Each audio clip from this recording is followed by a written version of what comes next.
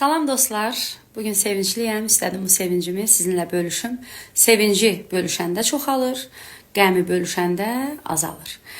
Dostlar, zaman mən də öz canlı yayımlarım olsun, TikTok üzərindən ya Instagram sosial şəbəkəsində bildirirdim ki, bu qeyri-peşəkar müğənniləri efirə buraxaraq incəsənətimiz məhv olur. Şükürlər olsun ki, nəhayət aidiyyatı qurumlar tərəfindən bu cür qeyri-peşəkar küçə müğənniləri rədd oldular. Və onlar nə əxlaqları ilə, nə ifaları ilə heç bir yerdən qalxan gəncə örnək ola bilməzdilər.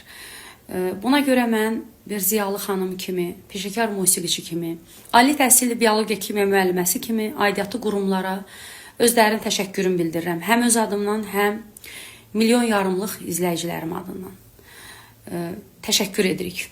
Və dostlar, nəzərinizə çatdırıram ki, ola bilər yerdən qalxan nəsil belə bir komment yazar ki, sən nə oxuyursan? İndi deyəcəm, mən nə oxumuşam? Dövlət televiziyasında, ictimai televiziyada, bax, biz belə əsərlər oxuyurduq. Aman keçdim qarşımdan, neynim, yar neynim, aldım nəqlim başımdan, neynim.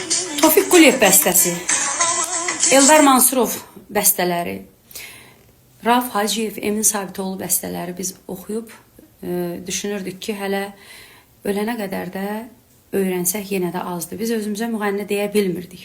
Amma bu yerdən qalxanları qeyri-peşəkar aparıcılar efirlərə çıxardaraq cəmiyyəti, insanları çaşdırdılar ki, bax bunlar da müğənnidir. Bunlar nə oxuyurdu?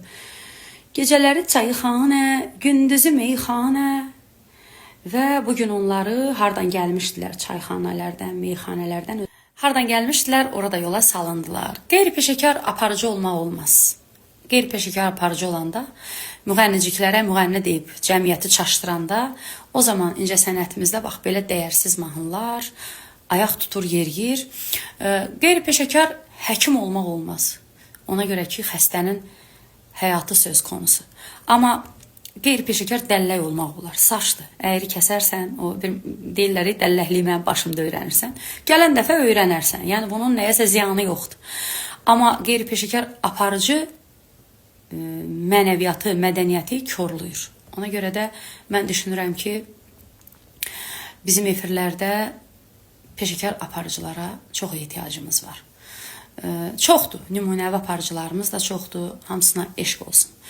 Dostlar, bu qeyri-peşəkar aparıcıların səyi nəticəsində bu gün şou biznesdə o qədər məhkəmə predmetləri yaranıb ki, məhkəmələrdə şou biznes nümayəndələrinin biri-biri ilə mübahisəli məhkəmə məsələləri doludur. Bunların hamısının səbəbkarı bu tipli qeyri-peşəkar aparıcılar və o cür verilişlərdir. Əziz izləyicilər, bəs mən sizə deyəndə ki, bunlar müğənni deyil, övladınızın müqəddəs gününə, ömürdə bir dəfə olan müqəddəs gününə o qədər xərc çəkirsiniz. Sənəti olan müğənnini dəvət edin. Hələ digər məsələləri kənara qoyuram, o məsələlərə toxunmayacağım bugün. Məni bəziləri qınayırdı ki, nə olub filan kəs, indi siz gördünüz ki, mən qalib gəldim. Mən deyəndə ki, onların sənəti yoxdur, onlar oxuyan deyil. Onlar fonoqramlarla, səs gücləndirici aparat vasitəsilə aranjmanların hesabına sizin qulağınıza nələrsə xoş gəlib də onları müğənni kimi qəbul edə bilərsiniz. Siz gördünüzmü ki, onlar artıq efirə buraxılmır, bu da demək ki, onlar müğənni deyil. Tak ki, indiyə qədər onları müğənni kimi dəvət edən insanların mayası batdı. O toyları təzdən eləmək lazımdır. Və peşəkar oxuyanlara həvalə etmək lazımdır. Məsələn, Gülyanaq Gülyaz bacıları, Elnarə Abdullayeva, Kamilə Nəbiyeva, Rəvanə xanımlar, Səbinə Ərəbli, kimləri deyim, çoxdur, o qədər də əxlaqlı və dəyərli sənəti olan peşəkar müğənnilərimiz. Çağırın, o cür müğənnilərə mənə də sağ ol deyin, bu pulu yerdən yığmırsınız. Dostlar, mən bunları zaman dilə gətirib bildirdikcə ki, bunlar müğənni deyil. Bunların bəziləri tez üst tutur məhkəməyə, məhkəməyə şikayət edir və bildirir ki, bizə şər böhtan atılır. İndi bugün gördünüzmü ki, mən şər böhtan atmamışam, mən faktı dilə gətirmişəm. Sizi efirə buraxmırlar. Tək oxuya bilmədiyinizə görə deyil, həm də əxlaqsız olduğunuza görə buraxmırlar. Bunu biləsiniz.